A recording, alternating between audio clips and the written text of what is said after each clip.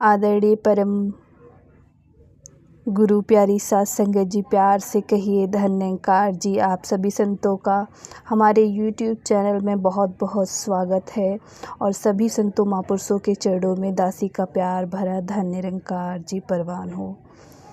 तो सात संगत जी, आज यहाँ पर जो एक कहानी मैं सुनाऊंगी, तो सात संगत जी, कहानी का सार यही है कि सबसे बड़ा कौन है। तो सात संगत जी, इस कहानी को शुरू करते हैं। एक बार की बात है, एक बड़े सेवानिवृत्त अधिकारी हुआ करते थे। हाउसिंग सोसाइटी में रहने के लिए आए। वो हाल ही में सेवानिवृत्त हुए थे अपने कार्य से। ये बड़े वाले रिटायर्ड अफसर हैरान परेशान से रोज़ शाम को सोसाइटी के पार्क में टहलते हुए अन्य लोगों को तिरस्कार भरी नज़रों से देखते थे और किसी से भी बात नहीं करते थे। एक दिन उन्होंने देखा कि एक बुजुर्ग पास में बैठे हुए हैं पार्क में, और फिर वो लगातार वहाँ पर बैठने लगे और फिर वो खुद भी उस बुजुर्ग के पास रोज़ बैठते और उनसे वार्तालाप करते, बातचीत करते। वहाँ उनकी वार्ता का जो विषय होता वो एक ही होता था कि मैं इतना बड़ा अफ़सर था कि पूछो ही मत, यहाँ तो मैं मजबूरी में आ गया हूँ। और दुनिया भर की बातें वो उस बूढ़े बुजुर्ग व्यक्ति से करते रहते। वो जो बुजुर्ग था वो शांतिपूर्वक उनकी केवल बातें सुनते रहते, कुछ बोलते नहीं। एक दिन ऐसी ही जब वो सेवानिवृत्त अधिकारी के आँखों में कुछ ज़्यादा ही प्रश्न, कुछ ज़्यादा ही जिज्ञासा देखने को मिली, तो बुजुर्ग महात्मा ने उन्हें एक समझाइश ही दे दी, यानी कि उनको एक समझाने का प्रयास किया। उन्होंने क्या समझाया? उन्होंने कहा कि क्या आपने कभी फ्यूज बल्ब देखे हैं? उन्होंने पूछा उस रिटायर्ड अफसर से। तो फ्यूज बल्ब जो है वो क्या आपने देखा है, ऐसा उन्होंने प्रश्न किया बुजुर्ग व्यक्ति ने। बल्ब के फ्यूज हो जाने के बाद क्या कोई देखता है कि कौन बल्ब, किस कंपनी का बल्ब बना हुआ था? क्या ऐसा जानकारी प्राप्त करता है कि ये कितने वाट का था, ये कितनी जगमगाहट या कितनी रोशनी दे सकता था? बल्ब के फ्यूज हो जाने के बाद क्या इनमें से कोई भी बात बिल्कुल ही मायने रखती है? नहीं, कोई बात मायने यहाँ पर नहीं रखती है, क्योंकि जो बल्ब था वो फ्यूज हो गया, तो फिर अब उसके बारे में जानकारी करने का कोई लाभ ही नहीं। तो ये बात सुनकर रिटायर्ड अधिकारी ने भी अपनी सहमति जताई और कहा कि हाँ जी, ये बात तो सही है। उसके बाद जो बुजुर्ग व्यक्ति थे उन्होंने कहा कि रिटायरमेंट के बाद हम सब की स्थिति ऐसी ही हो गई है जैसे कि हम सब फ्यूज बल्ब हैं। और कहा उन्होंने कि हम कहाँ काम करते थे, कितने बड़े या छोटे पद पर थे, हमारा क्या रुतबा था, ये सब कुछ मायने नहीं रखता है अब। कुछ ही देर बाद वो कुछ समय के लिए शांत हो गए, और जब कुछ देर शांत रहे उसके बाद उन्होंने अपनी बात को दोबारा से स्टार्ट करते हुए कहा कि मैं सोसाइटी में पिछले 5 वर्ष से रहता आया हूँ और आज तक किसी को यह नहीं बताया कि मैं 2 बार संसद का सदस्य रह चुका हूँ। वे जो वर्मा जी हैं ना, रेलवे के महाप्रबंधक थे, और वो जो सिंह साहब हैं वो सेना में ब्रिगेडियर थे, और जो वो घर देख रहे हैं सामने मेहरा जी का, वो जो मेहरा जी हैं ना वो इसरो में वैज्ञानिक थे। लेकिन ये बातें उन्होंने कभी किसी को बताई ही नहीं, मुझे भी नहीं बताई, पर मैं जानता हूँ। और अंत में उन्होंने निष्कर्ष निकालते हुए कहा कि सारे जो फ्यूज बल्ब हैं वो करीब करीब एक ही जैसे हो जाते हैं, चाहे वो 0 वाट का हो या 100 वाट का, हैलोजन हो या फिर फ्लड लाइट हो, तो कोई रोशनी नहीं है, कोई उपयोगिता नहीं है।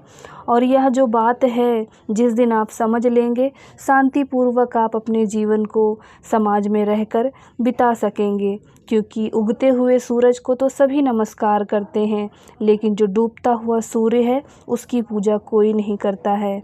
और यह बात जितनी जल्दी आप समझ लेंगे उतना ही आपके लिए ज़िंदगी जीना आसान हो जाएगा। ऐसा उस बुजुर्ग व्यक्ति ने कहा जो रोज़ पार्क में आकर बैठता था।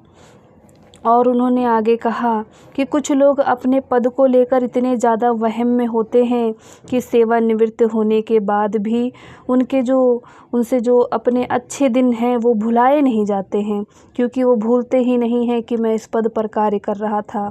वो ये बात समझ ही नहीं पा रहे हैं कि वो अब रिटायर हो गए हैं और अंत में वे अपने घर के आगे जो नेम प्लेट लगाते हैं उसमें भी यही लिखते हैं, रिटायर्ड आईएएस ऑफिसर, रिटायर्ड जज।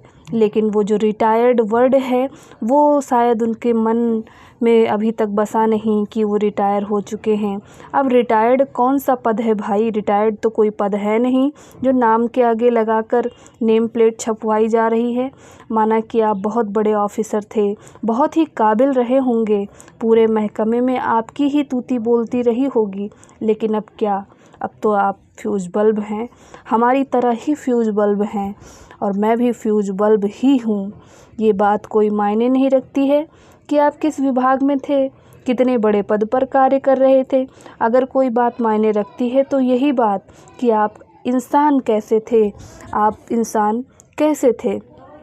आगे वो बूढ़े बुजुर्ग व्यक्ति ने कहा कि आपने कितने की ज़िंदगियों को छुआ है, कितने मनों को आपने छुआ है, आपने कितने आम लोगों की कितनी तवज्जो दी है, कितनी सहायता की है, कितनों की मदद की है आपने, और आपने समाज को क्या दिया है, ये बात मायने रखती है।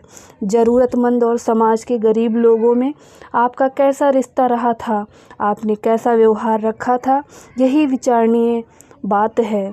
और यदि आपको ये बातें याद आएं, और एक बात आप याद ज़रूर करिएगा कि उस समय आपको कितने लोग जो थे ऐसे जो डरते थे आपसे, डर की वजह से आपका सम्मान करते थे। और अगर आपसे लोग डरते थे तो आपके पद से हटते ही उनका डर हमेशा के लिए कहाँ चला गया? आखिर वो आपसे नहीं, आपके पदवी से डरते थे। लेकिन ये जो बात है, ये बात जितनी जल्दी समझ जाएंगे उतना ही अच्छा होगा। लेकिन फिर बात यही कि अगर जीवन में आपने अच्छाई की है, सम्मान को अर्जित किया है, तो फिर वो सम्मान आपका पद रहे या ना रहे ये बात मायने नहीं रखती है, बल्कि आपका जो सम्मान है जो आपने अर्जित किया है वो पद ना रहने पर भी बना रहेगा, और हमेशा उनके दिलों में आपकी जो अच्छी बातें हैं वो याद करेंगे और आप उनके दिलों में ज़िंदा रहेंगे। तो याद रखिए कि बड़ा अधिकारी बनना कोई बड़ी बात नहीं है, बड़ा इंसान बनना बड़ी बात है। बड़ा दिल रखिए, सदा उदार बनिए, किसी की मदद का कोई मौका मिले तो चूकिए नहीं, बल्कि उनकी मदद करिए। कोई भेदभाव नहीं रखिए, सब अपने ही हैं। इंसान बड़ा बनता है अपने कर्मों से बनता है, और सिर्फ पैसे या रुतबे से नहीं, क्योंकि एक दिन तो सभी को रिटायर्ड होना है।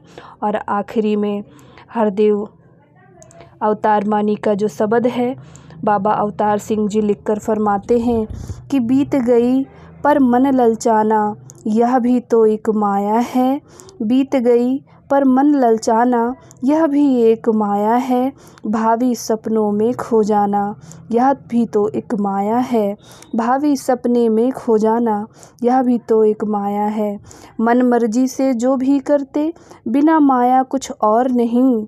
मन मर्जी से जो भी करते, बिना माया कुछ और नहीं। कहे अवतार यदि गुरु बख्शे, तो माया का कोई जोर नहीं।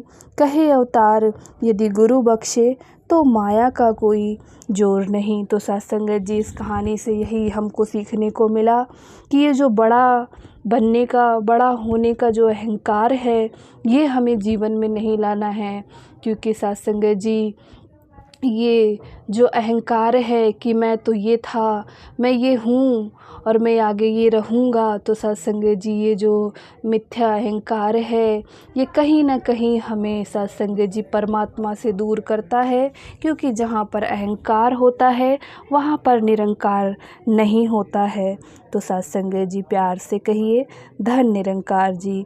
कृपया आप सभी संतजनों आपसे यही रिक्वेस्ट है कि प्लीज़ आप सब हमारे यूट्यूब चैनल को सब्सक्राइब करें, शेयर करें वीडियो को, और साथ संगत जी वीडियो कैसी लगी कमेंट बॉक्स में कमेंट करके ज़रूर बताएं।